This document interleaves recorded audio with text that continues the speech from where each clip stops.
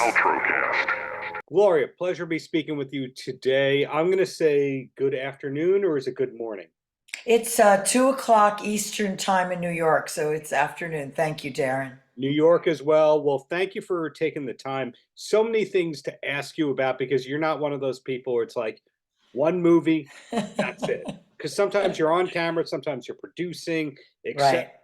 So R, B, and B. When was it actually made?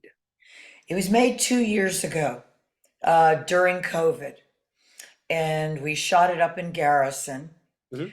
during the fall because we wanted the beautiful fall foliage in that particular year. It was absolutely stunning. So all of the opening drone shots that you see in the film uh, were courtesy of upstate New York, autumn beauty. Um, it was a little tricky because we usually, when you hire cast and crew, you're able to release them on the days that they're not working, but we had to literally create a bubble for 30 cast and crew and feed and house them for 30 consecutive days. So it actually uh, put our budget up quite considerably because we wanted to feed everyone healthy food. And even when they weren't working, they were being housed. So, it put some extra challenges on indie filmmaking, but we got through it and we were very happy. No one got sick. It was a wonderful experience. I'm now seeing a lot of movies made in upstate New York, but they're Yes. not telling you that it's upstate New York in the script. They're like, it's Utah, it's Really? Minnesota, etc. Where upstate did you film? In Garrison. Okay, in Garrison. Had you been there prior to filming this project? Yes, the director, my brother Robert Mann, had started another project, and he was doing some test shots a couple of years prior, Hmm. and he did it during the fall and got some wonderful shots. That film didn't get made, but he decided he wanted to go back there because first of all, the owners of the property said, "Come back anytime you would like to do a film, Hmm. and you can use our place as a location." And for this particular story, it couldn't have worked out better. It was just a spectacular location, and it was owned by Anita and Rhett Prentice, and it was really just perfect. It's incredible how much happens in upstate New York, but we don't connect it with every day. Like training for sports, filming Yes. movies, etc. Had you spent time there prior to, aside from this film, aside from location scouting? For example, I I grown up a lot of Catskills family yes, vacations. I live in Rhinebeck. Oh, So, yes, I'm very familiar with upstate New York, and we actually used my house and my garden on for some of the exteriors. So that was also uh, a bonus to be able to do that. wow, a real family affair. It So, really truly was. I believe especially during COVID and what has transpired. And then we dropped the film on Amazon and all of the platforms during the strike. So mhm. I wasn't able to do interviews. I wasn't able to speak about it. And for us, for indie filmmakers, that's just terrible because Yeah. we really rely on that kind of publicity and being able to do interviews as soon as it drops. So that was a little challenging as well. Yeah. But it really is a family affair, I believe, when doing indie filmmaking. Sometimes we have to wear different hats Hmm. on set, and everybody has to pull together to make the film great. We had one of our producers who stayed on set with us the entire time, Right. and Les Goldman, and he was invaluable to us. So, as I called out before, you've had success both as an on-camera performer and behind the scenes with production. What exactly was the transition for you to get into producing?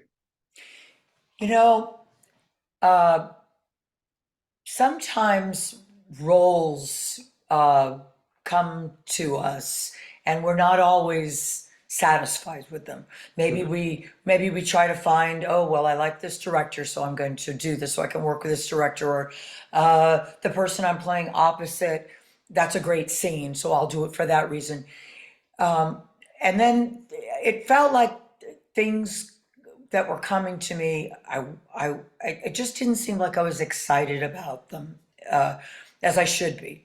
So I thought, well, why don't I try to have a hand in actually producing some of these and developing some of these stories? And then I get to actually tell the stories that I feel incredibly passionate about, Right. have a role that I have a hand in truly developing from the inception of it, and it's just incredibly satisfying. And then to help the project actually lift the project up to get made, and that to me is one of the most exciting things. It's hard work to do that, very hard work, but I love the idea. I love being able to work that hard to actually lift a story up that may not have been able to get made, and help it to get made, and then have a great role to play as well. That makes a lot of sense from the creative and business standpoints. Very, very satisfying. Yeah, I as a person who's getting press releases 24 hours a day, 7 days a week, even during strikes, a Yes. big change that I see now is back in the day, artists, actors and actresses were producers generally just in name. In other words, it was like a leveraging technique of, well, we True. can't give them a raise of this much, so we'll just give them back end and make them a producer. But what I've really started to see in the last 4 or 5 years is actors who produce and have this team that they go, we're going to make 2 or 3 movies a year. So they have this kind of circle of people that they keep working with, as opposed to, we like this one director, we'll work with him once, next director. So it seems like you found good footing with a steady group of people. Absolutely.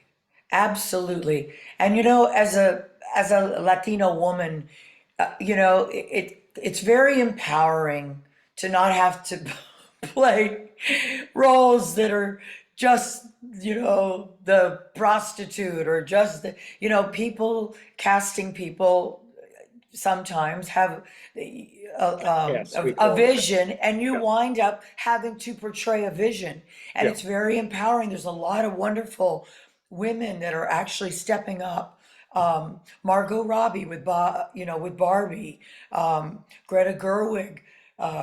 There's just so many. Daniela Lundberg Taplin, who's an incredible producer. She doesn't act, but a lot of women are helming, and they find the key is, and women I think really do this well. They find and build teams, and they stay with those teams, and that is true collaboration and true success in my book, because then you create a trust with everyone, and you create a, a a real collaboration team, and it's true right. collaboration. There's nobody's, it, like you said, a lot of times it was in name only, and everybody really isn't afraid to get their hands dirty and work to help lift the story up and make them empowering stories. For I think if you empower women and you tell empowering stories, it uplifts everyone in humanity. Sure. So Airbnb, to us, it's a new movie. To you, it's not such a new movie. Are we allowed to know where we're going to see your work, or see you next on camera? Well, I have a few things in development right now. So that's what's happening. We're at that place, it sort of goes into that cycle. You develop a film or a project, and then you get to do it. Of course, you go into pre-production, and then you Right. start working on it, and then there's post.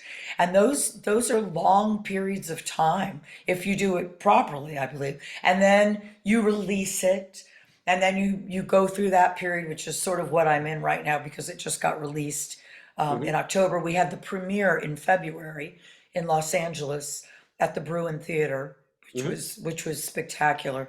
Um, and now you know, I'm doing interviews, so and now I have these other ones in development, so those are starting to, they will be birthed soon, so there's a few of them. It kind of goes in that kind of a cycle. If you're really, you know, some people do two and three at a time. I prefer to do one at a time and really because I like I said, I like to help in development. I like to see it all the way through. So So for us to find out what that next project is the best way to keep stalking you on IMDb? Is that's it one way, Instagram? yes. Is it Hollywood Reporter? Where are we looking to find out what the All of those venues are good. I'm on Instagram at Gloria Mann 22. I'm also on X, uh, aka Twitter, at Gloria Mann 22. I have a public Facebook page, and I also have a website, gloriamann.com, and our Manatee Films website, because I'm the VP of development there. Those are all, uh, and of course IMDb, yes. Those are all great venues. So please come follow me on Instagram. I'm on there a lot and I love to interact with everyone. So And the last question I have before I let you go, obviously you keep busy with the development day job and yes. being on set once you're actually in production, etc. But where does your time go when you're not dealing with that or family stuff? Is there a surprising hobby? I love to cook. I went to chef school, Hmm. so I'm a chef. I actually worked with a lot of really great chefs. I taught at the Culinary Institute for a while, so that's my other Wait, passion. you taught at CIA? What did you I teach at did. CIA? I taught freshman writing, and I also taught cooking. So Does everybody know that, or did I just? not everybody knows that. Some people know it. And I love, especially this time of year, I'm baking. I'm in the process of baking some sourdough bread.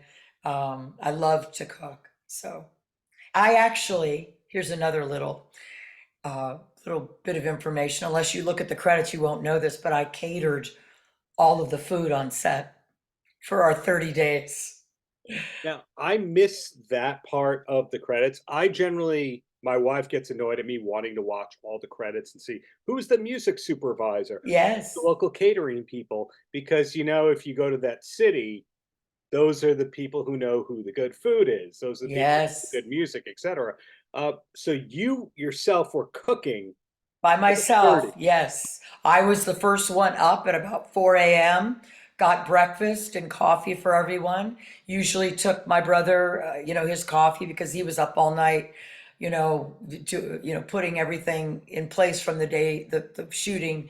And I made breakfast for everyone. After breakfast, and it was a spread. People loved it. I take my food very seriously. So, cooked everybody a wonderful breakfast and then put out craft services for everyone and then did the same thing for lunch, warm, wonderful, nutritious meals, homemade bread, salmon, and then dinner. So and then I was usually the last one to go to sleep at about between 2 and 3. So it was. So it does sound like Gloria Man had the longest days on the set of I, anybody on Airbnb. I think I could win that prize. Paltrocast.